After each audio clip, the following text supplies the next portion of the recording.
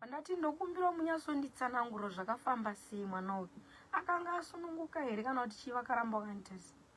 Vamwe ndipo vakati tanga akasununguka mwana takamisa kuningireni kunomuradza kumvura.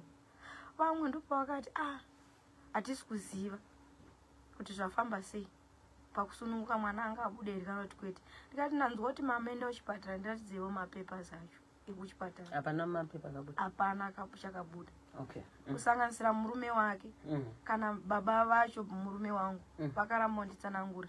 Nazvino handitozoti kwelaita akafanira. Angasununguka here kana kuti haana handitozviziva. Alright. Pakazobuda nyaya idzi makadzokera kumapurisa saka maapapi nenyaya?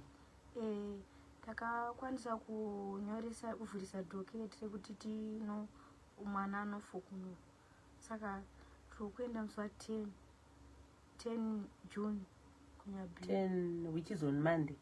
Musi wa10 tikuenda makaenda kunotaura kuti hamuna kuona mwana wenyu? Hongu. Uye hamuna kunzwisisa kuti akafa sei? Hongu. Wosaka akuti unofukunura? Ari kunofukunura. Musi wa10.